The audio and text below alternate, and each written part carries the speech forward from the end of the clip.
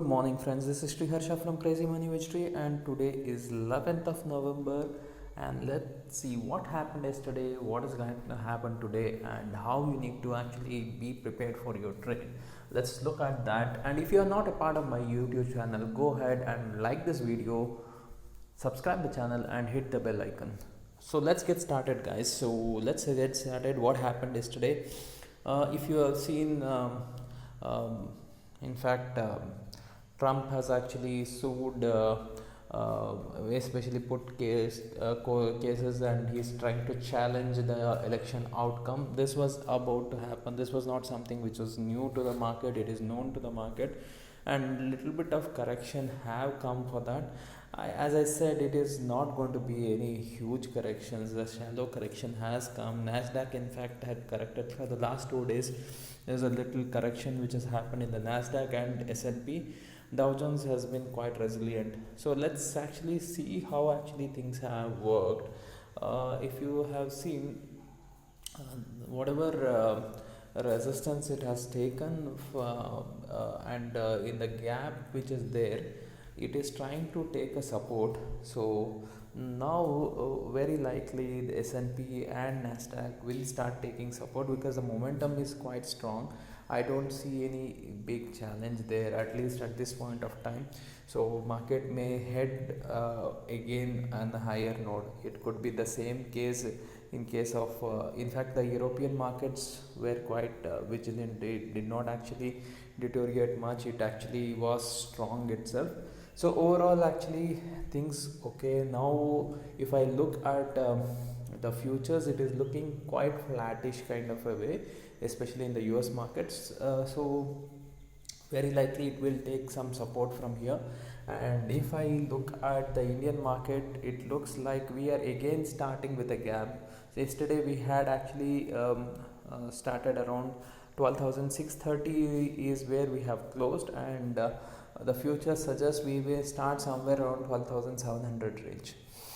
So once we start here, guys, the very important thing is about 12,800 and above. It is very challenging times, because psychologically that is where the resistance starts coming. Though there is no charge, no resistance for Nifty, there is a resistance which is going to come in for Bank Nifty. So Bank Nifty yesterday we have seen it took a good amount of resistance at the higher levels, but it was quite vigilant enough to actually go back and actually bounce back from there, which actually shows that the strength of Bank Nifty is quite high, but it has become highly overbought. So whatever is the situation today, end of the day, it's very important for us to book the profits. I would be more cautious from here onwards, because market has gone up quite a lot, quite a short span of time. So I'll be more interested to book my profits at the higher levels, about 12,750, 800. I'll be more interested to book profits, and in Bank Nifty around 29,000 range, I'll be more interested to book profits. If it goes higher, I will stay along as long as it goes higher. If it is actually giving resistance, I'll rather book my profits and move away, because it's a time to book profits, guys. It's moved quite a lot, and it's better that we start looking at booking profits at the level which I'm suggesting. It's not that immediately I'm actually going to book the profits, because markets may actually again move higher, because yesterday you saw market gave some shallow correction, but again at the lower level there was a good amount of buying interest coming. So the momentum is still intact. Quite a strong momentum is there. IT and pharma have actually started going a little in a correction. So this is going to happen, as I said, guys. Each of them will try to go in for correction. Index wise, I don't see any much correction, at least at this point of time. But sooner or later correction is going to come, but I don't see any big correction. Which, see, any market will have 5 to 10% correction any given point of time. That is perfectly fine.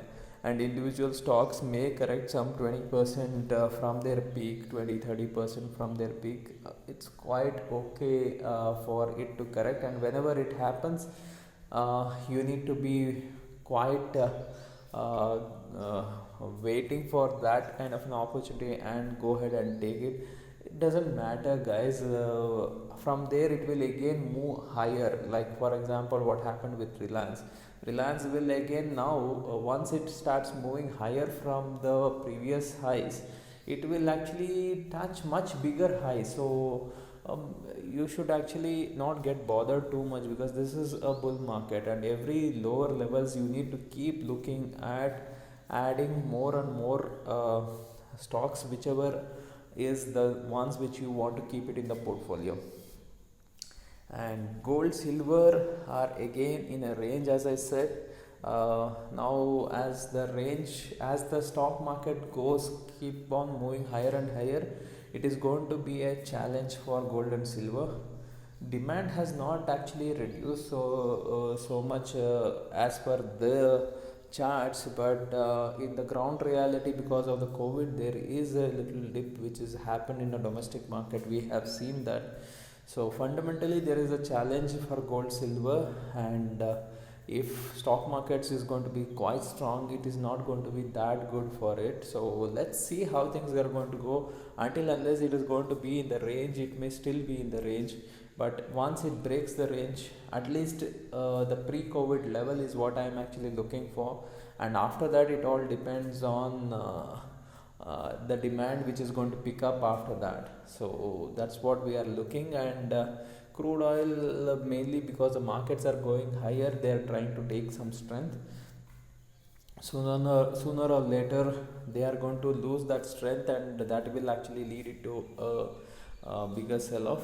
So at the higher levels we can always look for selling crude, but don't trade otherwise. So only whenever it is at the higher levels, then it look at the shorting, and at the lower levels again the buying is coming. So both of them are in quite a big range, but at the same time there's very high probability it is going to go down over a period of time.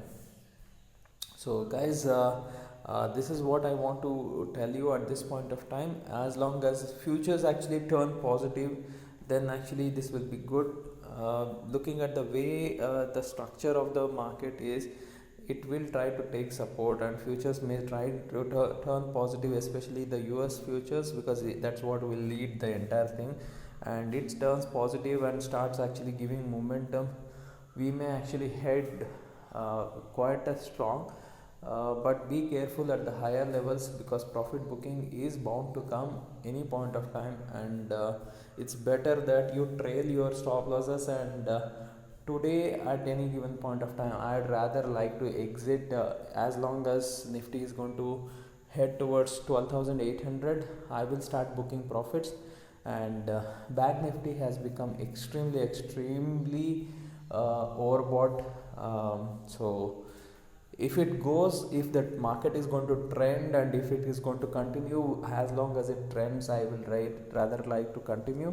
But if it actually starts showing any kind of a weakness, I would rather exit and try to book my profits, because I will not actually hold on from here.